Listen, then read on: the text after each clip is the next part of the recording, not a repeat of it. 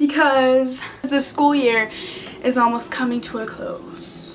Now when people talk about tests, finals, studying, it's kind of like a pad or tampon commercial, because periods aren't fun, but they're talked over like it's like, oh, you can do 20 flips into the air with our new brand. On the reels, this video hopefully will ease your stress about finals, especially if you're a freshman and you've never taken one before, which you probably have at the beginning of the year, but if not, hopefully this video will help you, and if you've already taken one, maybe this just might give you more tips on studying. I honestly don't study much, and I'm just going to use this video as an excuse to actually study. So we can do this together. We're helping each other out. You're helping me and I'm helping you. Also, if you love that song that my brother and I danced to, give this video a thumbs up, because I can already imagine myself when I get my license in like a month and a half. I'm going to be like jamming down the streets to that song. So let's get excited about studying, and hopefully my tips will help you, but let's get started.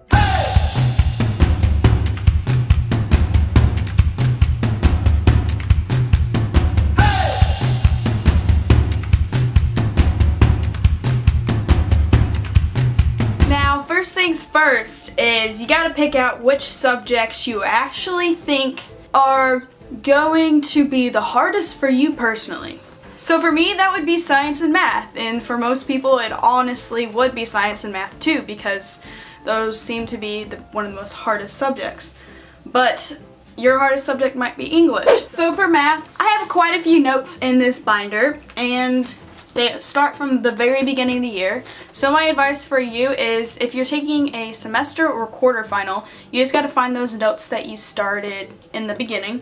So I would flip to the middle section of your binder and kind of go from there. If your teacher doesn't hand out review guides or anything, then I suggest you actually take an example from each thing that you've learned. There's different sites you can go to where they can teach you all the formulas that you need to know. There's tons of websites, and really online stuff helps me so much because my teachers really don't teach me much. I have to teach myself. Also, go through your previous tests that you've gotten, and I go back and do all my tests, and I would try and go back and do all the problems that you missed, but if you didn't miss any, then I would just do a few examples. Take one problem from one section, another problem from another section, just do a bunch of examples on like one paper. If you don't get a lesson, go before or after school, or even in homeroom, because we have a thing called homeroom where like 30 minutes of our day is spent in a classroom where you can do homework and stuff.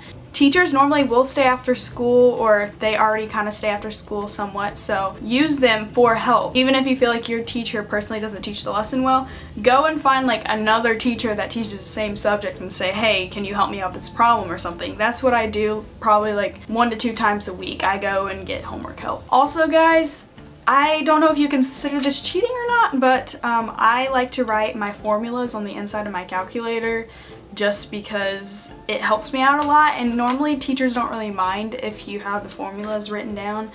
It's just the whole process of you actually knowing the problem, but that's what I like to do to help me out a little bit. Alright, now for English, this is my English binder.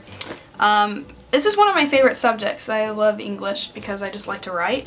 So I'm assuming you guys probably covered some like book chapters this year or something, or you went through a book and you have to know some certain facts about a book or something, and just make sure that you know everything. I would recommend, if you get a final guide, go through them and find them in the book, even if you didn't read the book, like I kind of did freshman year. Sparknotes.com. Sparknotes.com is a lifesaver. I love that website. So right now I'm reading Macbeth in English, and at the end of reading it, I'm pretty sure we're gonna have a big test over it, and we get like these review packets for every single scene. Macbeth is a Shakespeare's play, so it's kind of hard to follow in that book, so I literally just memorize what goes on by these review guides. So my recommendation is, if you're reading a book, go through like all the papers that you've covered reading that book, or go off Spark Notes, take notes, get it engraved in your head what's going on in that book, because if you don't know the characters or what's going on, you are going to fail that test. Since the school year is coming to a close, you want to make sure that you get every single opportunity of extra credit. If your teacher doesn't allow extra credit, ask them, because some of them are very giving with that type of stuff, and if you're willing to do extra work, then they're going to give you credit for that. So, you know, ask for extra credit. If you don't get it, then ask for, you know, redos. It doesn't hurt to ask. I'm always the person who always asks all those questions, and it has paid off sometimes. Also for English, if you are asked to do an essay or like a long response question to like a certain thing,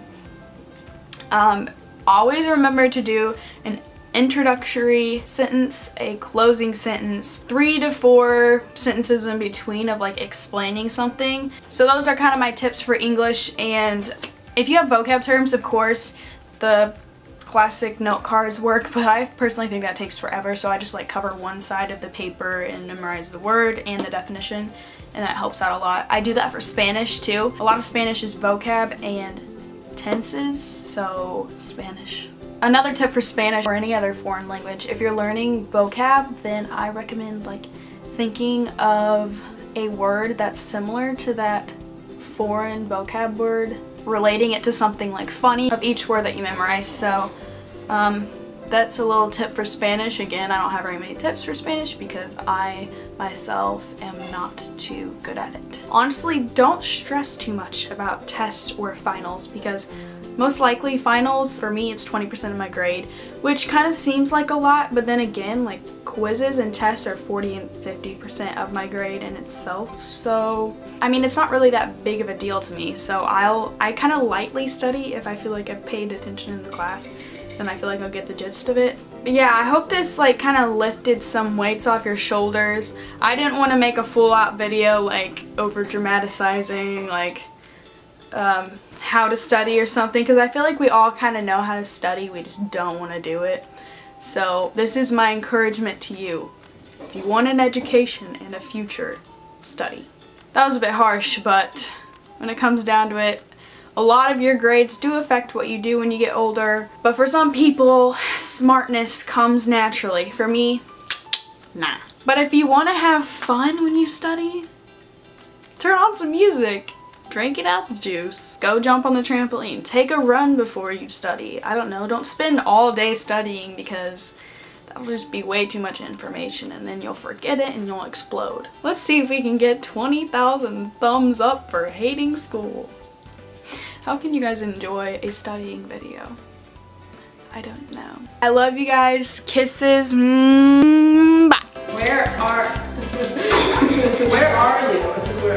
Sorry, I'm texting. Where are you? I've been waiting for 3 hours.